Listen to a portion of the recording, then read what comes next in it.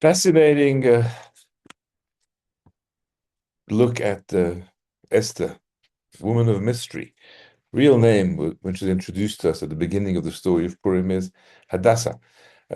Esther is from the word hiding, because nobody can really work her out, and she kind of leads a life of intrigue. And I say this in a very positive way, manipulation, in order to do the things she has to do, the things she has to achieve. Um, but nobody kind of really can get fully into her. And this is how she ends up with several suitors, some which are very successful and end up in marriage, and others that are epic failures. So we're going to look at three men who sought out to have Esther, marry them. And you're probably thinking, Esther? Well, Achashverosh is her husband for sure. What are we talking about here? Um, but there's some more. Uh, so there's Esther, presumably somewhere in Shushan, and there's some men who are really charmed by her, and end up being her husband. And I'm going to go in order of the Megillah, so kind of in chronological order as it happens. And the first one is Mordechai. Now, it may surprise some of you, you may have heard it before in the share, but their relationship was not just adopted father or looked after, or as people say, uncle, which all this is true, but they actually ended up being married. Now, it doesn't say so in the Megillah, but remember that the Megillah was actually written. It was written and sent out to all the provinces of the king in the lifetime of Achashverosh. So some things had to be redacted, or at the very least written in code. So the relationship between Esther and Mordechai is there, but it's not clear, and it's kind of alluded to in code rather than explicitly stated. And there it is. So it introduces us to Mordechai as the Jew that lived in Shushan, and Ish Yehudi would imply that he's from the tribe of Yehuda, but the fact that he's Ish Yemini, that's a Benjaminite. So that's Mordechai, son of Shimi, son of Cush, and we meet him here, and we also meet Esther here under her name Hadassah. And he has adopted her. He's looked after her. So she's Hadassah. She's also Esther. She's the son of his uncle. And her parents have died. Her father died even before they got to Shushan, when they were taken out into exile. Her mother died, I think, in childbirth. Very beautiful. And Mordechai takes her as his daughter. And the word is bat. Not quite, say our sages. That word bat actually is code for bayit, bayit with a yud. And that's something you'll find here in the Gemara, in Megillah, Talmud Megillah, page 13a and 14. Um, and the verse states that when the father and mother were dead, Mordechai took her for his own daughter. And the Tana the Braita, by the name of Rav Meir, says, don't read the verse as for a daughter, but rather read it as buy it. So they alluded to the fact that she became his home. In other words, that Mordechai took her to be his wife.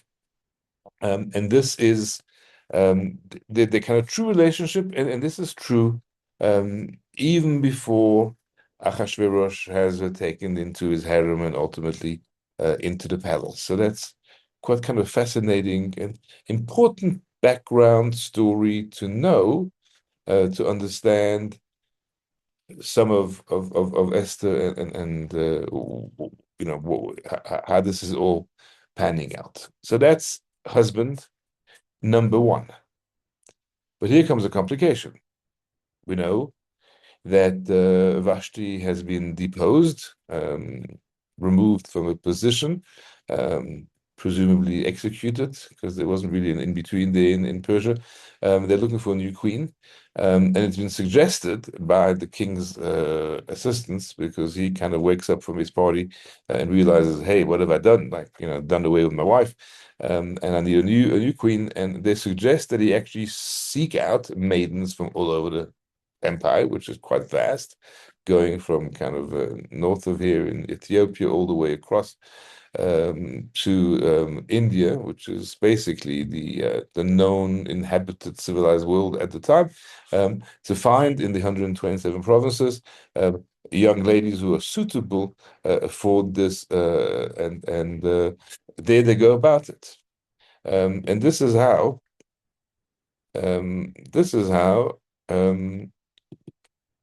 Ahasuerus comes on the scene.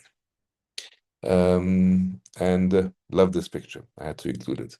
And Ahasuerus comes into the scene. There we go. This is what happens. Esther is taken from her husband's home, and she's chosen. And she wins his grace from all of the virgins, and so he puts this crown on her head and makes her queen instead of Vashti. And the king makes a huge feast for all of his officers. Um, and the idea is that he wants to kind of find out more about Esther. She's being very coy about it. She's keeping very secret about who's who and where she's from, and it definitely doesn't reveal that she's part of the Jewish nation. That'll only come out, and it actually worked out amazingly for her in as the plot carries on. So how does this work? I mean, like, what happened to well, her first husband? It appears that she's now in a situation of being married to two men. Well, yeah, of being married to two men. She's married to Mordechai, she's his wife.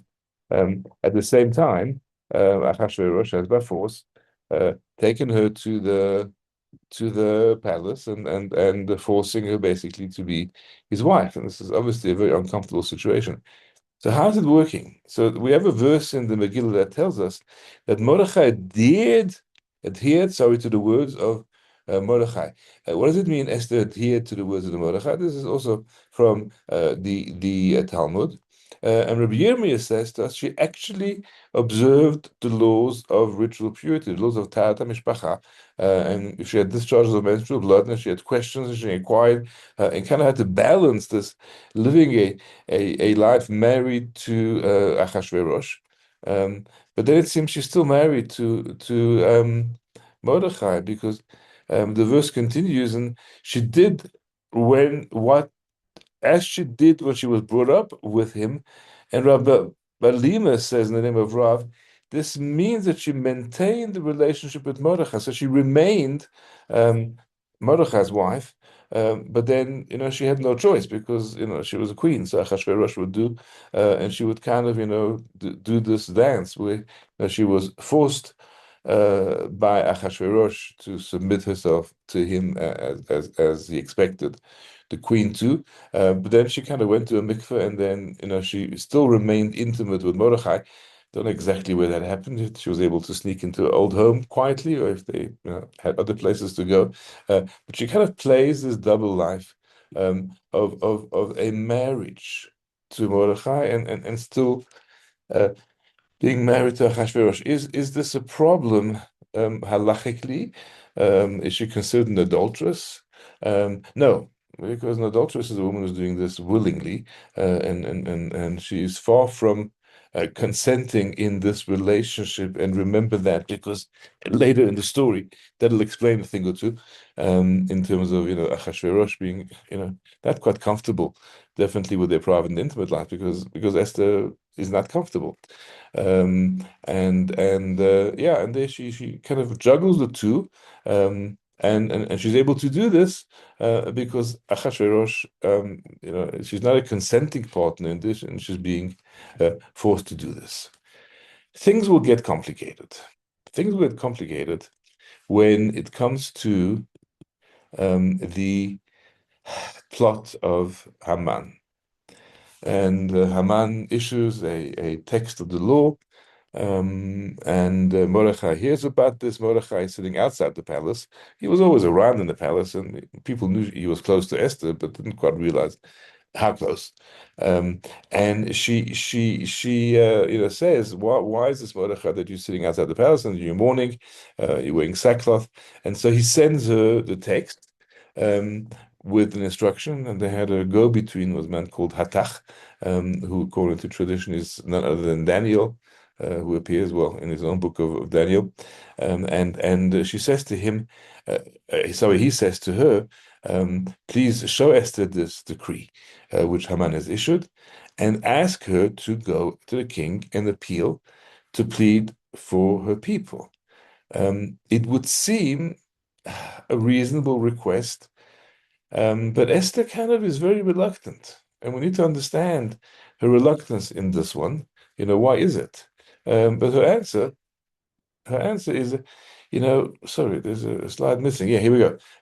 She says to Hatach, go back to Mordechai and say to him, everybody knows that if somebody enters the king's presence in the inner courtyard without having been summoned, there's one law for him, is put to death, except if the king extends a golden scepter to him, he may live. I haven't been summoned to the king for the last 30 days. I don't know if she means by that maybe she is not in favor at the moment, or maybe she means, well, any day now will be summoned. Why does that make a big difference if she's going to be summoned? There's time. The decree is only effective like 11 months later. It was the lots were drawn in Nisan, and the date drawn for the decree was the 13th of Adar following year, 11 months later. So there was no screaming hurry, although everyone was very concerned and scared. Why not let? So why is she reluctant to go to the king? Well, there's a problem here. There's a problem here because, as I said, the double life of Esther worked very well as long as she was forced by Achashverosh to engage with him. But she's actually, being asked to do something very different. She's being asked to approach the king and seduce him, and hoping that with her charm she can actually get him. So Mordechai doesn't buy it. He says, "Don't think that you can kind of escape this lot by being in the king's palace. If you keep quiet, Hashem will find other ways of saving, but you will perish." And incidentally, we don't find God's name anyway, so he doesn't say that straight out, because that wasn't kind of very allowed either under Persian law of the time. So, besides all other esoteric reasons why Hashem's name isn't found in the Megillah, it was very practical. It was published issued during the king's lifetime, and Persian law didn't quite allow for other faiths than the state's faith. So Esther agrees, and what does she say? She says, "All right, answer back to Mordechai. You guys go and fast on my behalf. Don't eat or drink for 3 days, night and day. I and my maidens will observe the same fast. Then I'm going to go to the king, though it's against the law. And if I am to perish, I shall perish." And she used the word avadati, as if I'll be lost. Avadati, avadati. She repeats the verb, and I will be lost. I will lose out. Why is she repeating this? So the Gemara makes it very clear. Well, until now, her marriage to Mordechai could be salvaged under the halachic guise that she was not an adulteress, but she was a woman being kind of, forced into a relationship she didn't want to be in. But here she's being asked to put on her fancy clothes and go and seduce the king, and she's willingly approaching him. That's going to be a paradigm shift in that whole relationship. Here is the Talmud, Megillah once again. She sends a message to Mordechai to say, go, gather all the Jews in Shushan. And Rabbi Abba said, it will not be according to my usual custom. For every day until now, when I submitted myself to Achashverosh, it was under compulsion. Now, I'll be submitting myself to him of my own free will. And therefore, Esther ends the verse, if I perish, I shall perish. What she meant is, just as I was lost to my father's house, ever since I was brought here, so too shall I be lost to you. For after voluntarily having relations with Achashverosh, I'll be forever forbidden to you. Interesting, the question is asked, why didn't he divorce her before going there, releasing her, therefore? And it's a question that's raised in Tosfot, in Talmud Megillah, and he says that was far too risky. A get involves many parties. It's not something you can do on the quiet. You can do a quiet little chuppah, which is the chassan and the kala, in fact, and two witnesses, and that's all. But a get involves, three dayanim. It involves writing up a document with a scribe. It involves two witnesses, and they were terrified word would get out, so they kind of opted not to do that. And that changes things very, very much. And from then on, well, yeah, she kind of is still legally married to Mordechai, but they will never be able to, live as husband and wife from then on. And she is now Achashverosh's wife, and this problem unfortunately remains even past his death, which wasn't that much after the story of Purim, but according to tradition, not before he fathered a child with her, and that was Daryavesh. So if you wonder why he was so positive in terms of rebuilding the temple, which his father had stopped, there's definitely some Jewish genetics at play over there. So there we go. Two husbands, suitors of of Esther, successfully managing to actually become husbands, and even concurrently. I believe there's a word for that, because polygamy is if a man has more than one wife, and a woman with more than one husband, it's called polyandry. So there are very few places very few cultures in which it's kind of accepted. I'm going to go down the route now of why Western society in particular kind of treats one worse than the other. We don't even, accept polygamy. And there's a third suitor. And this one may surprise you. But there's another man who actually would like to be, if not husband, at least partner in some way, and that's Haman. And that's Haman. Now, where did I read this? Where did I read this? I found it in a book called Manot Halevi. And I don't know if you can see it here. The author of this book, interestingly here, is an old print copy printed in Venice. Couldn't get anything more. And if you zoom in over here, if you can read this kind of very ancient script, it's been composed. It's a commentary on Megillat Esther, which was composed by the great Mekubal, a Kabbalist, Shlomo Halevi Al-Kabetz. Shlomo Halevi Al-Kabetz. Now we know him as a Kabbalist.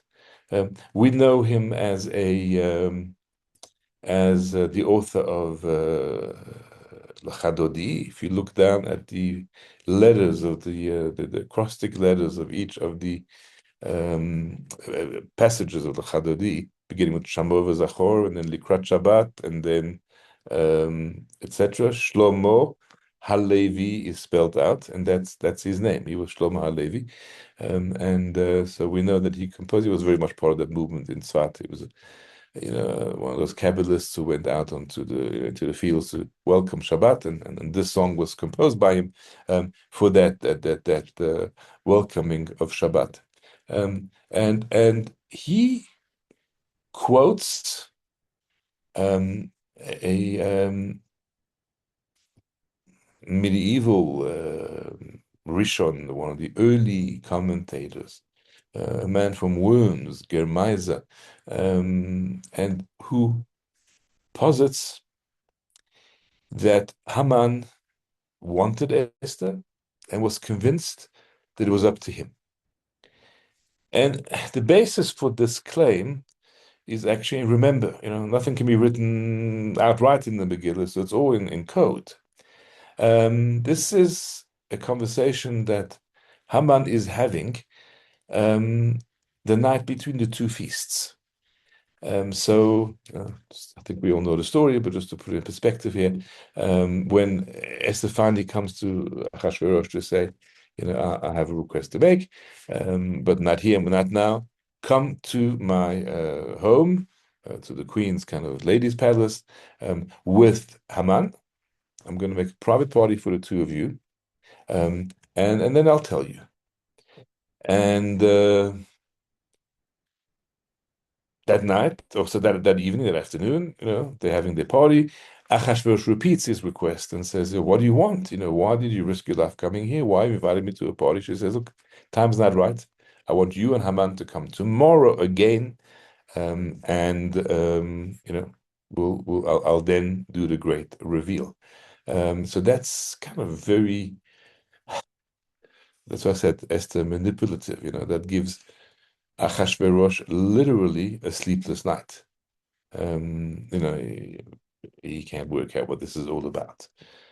But it also gives Haman some very strange thoughts. And he calls his family together and he says, you won't believe, um, where I am, what status I am, where I am in the society here in Shushan. Um, and Queen Esther gave a feast today, and she had no one but me. And tomorrow I'm invited by her along with the king. Now, what message is that sending Haman? He's thinking, wait. What could this be? In his mind, it's only one thing. And the Manot HaLevi, and I'll tell you a fascinating story before I tell you what he says. But Manot HaLevi, Shlomo Alkabetz, that book that you saw before, he actually gave that as Shalach Monas to his wife and the family, to his fiance and the family. Pauper, he didn't have what to give. It's Purim, and you got to give Manot, and he has nothing. So he sits down and he writes a commentary on Megillat Esther, and he calls it Manot Halevi. He's Halevi, that's his surname or tribe name. And he offers that in lieu of Mishloach Manot. Now, even if you have the skills to write a commentary on Megillat Esther, you do not fulfill the mitzvah of Mishloach Manot by giving manuscripts. But that's all he had. And that's how come that book is actually a commentary on the book of Esther. He says, look at how Haman expresses himself when he talks about the feast that was and the feast that he's invited to the next day. Very interesting. He says, Esther brought me, Hevia, Lahavi, brought me to the feast today, and tomorrow I am called to the king. And that's a code. Why did they change the verb from she brought? I mean, it should have said, and tomorrow I'm also going to be brought to the party. Why? Why is they change a verb here? It's very significant. Think of the expression, um, a call girl. Now, where's that coming from? So I was actually just Googling it just before we started to share. I said, where's the origin of call girl? And it's apparently late 19th to early 20th century to describe a woman of ill repute who arranges appointments via telephone rather than soliciting in public. But even those who solicit in public, stand on the street, they stand or sit in the street corner and they call the men's attention. But in this case, Google is wrong. But they wouldn't have known. They wouldn't have known. Here is a verse in Mishlei that describes the woman of ill repute, very, very cleanly translated as the stupid woman bustles about. And what does she do? She's calling out to the wayfarers who go about their own affairs. So here is where in Mishlei, in Proverbs, the woman who's called the call lady is referred to, and clearly it's an allusion um, to uh, this woman of ill repute, and this is what is being alluded to over here. And apparently, there's a medrash. It's quoted, but we haven't found it. But it's quoted in this book by Not Halevi. Haman said to himself or to others, I don't know, it's up to me. If I want the queen, she is mine. Alluded to by the fact here that we're referring to, something not quite moral when we use the word calling to the king, that Esther is calling out to him. So he's suggesting that Esther is the one trying to seduce him, and he only has to give in to her advances, and the cards are all in his hand. How wrong, how wrong, how wrong. But about one part, maybe he's not wrong. And that is the part about Esther trying to seduce him. while she might not want to do that, she's definitely acting as if she is. And inviting him to the party um, is creating that expectation on his part. He's thinking to himself, why is it only me and the king? Um, he's also doing that, she's also doing that in the king's mind. And as I mentioned earlier, their private life wasn't exactly that of bliss husband and wife, because Esther was not at all comfortable with what was going on in their bedroom, and very often the first sign of infidelity in a marriage is the breakdown of the bedroom, because obviously that's where it becomes very awkward and very difficult, and Hashosha is suspecting something, and now Haman comes to the party and is invited again. You bet he's having a sleepless night. In his mind, it's Haman who's going to assassinate him and take over. It's a palace coup, and of course he's got the queen on his side. But Haman is also quite taken by that story himself, and he's quite sure that she's making advances. Famous discussion in the Talmud. Yeah, asks also Talmud Megillah, why did she invite Haman to the banquet both days? So the sages asked, what did Esther see to invite Haman to the banquet? Well, Lazar says it was a snare for him. So she assumed that, she'd be able to trip him up, and that's what happened during the banquet. So she wanted him ready there, but it was a deeper snare than that, by convincing him and making Achashverosh suspicious that there was something going on between them. It kind of unsettled the whole apple cart over there. Rishon ben Korcha says, we're going to act kindly towards him and make the king suspect we're having an affair, so that, well, he's probably going to kill us all, but at least he'll be gone. And Rabbi Gamliel says he was a very fickle king, so she was hoping that it'd be able to change, his mind. And then eventually, Rabbi Gamliel says we still need to add the words of Eliezer Amadai, who says she made the king jealous of him, and she made other ministers jealous of him. So in that way, kind of, everybody was because obviously, why would he be invited to the palace and nobody else 2 days in a row? I mean, word got out. And in that way, she kind of made all of upper society in Shushan extremely unsettled, extremely jealous, and played Haman and definitely manipulated Hashverosh as well. And this raises the um, amazing question, but that is, what was Haman thinking? Like, who makes advances to the queen? You can be beheaded, as actually did happen to him. No, he was hanged. But you could be beheaded just for winking at the queen, just for looking in the wrong way, and the king notices, and that's it. You're not playing here. With the husband who's going to just give you a punch in the face. We're dealing with the superpower king who's running the whole world basically. What was Haman even thinking? um,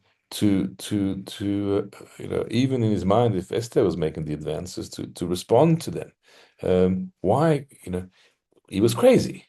So of course she played him, and of course she manipulated him. But even then, any sane man will know.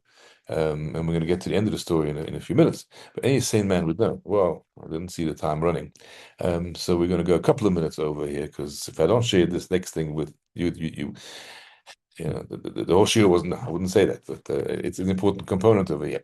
Um, Here is a story that happened a couple of hundred years earlier. That's the story of the war of Sisera against the Jewish people. And what happened to Sisera? Well, he ends up taking refuge in the tent of Yael. And Yael says, "No, come here, sleep in my tent." And then, when you read the story initially, it's very innocent. She, is not loyal at all to Sisera. She just lured him in, and she takes the peg of the tent, and she kills him. And then Barak, who is chasing after him, sees Sisera dead, and obviously very, very, what's the word? Grateful to her. And that's kind of the sanitized story.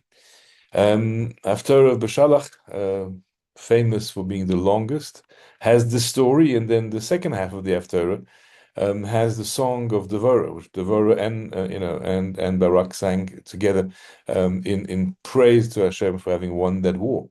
And here's a verse um, that reads, "At her feet," that's Sisera at Yael's feet, he sank, lay outstretched.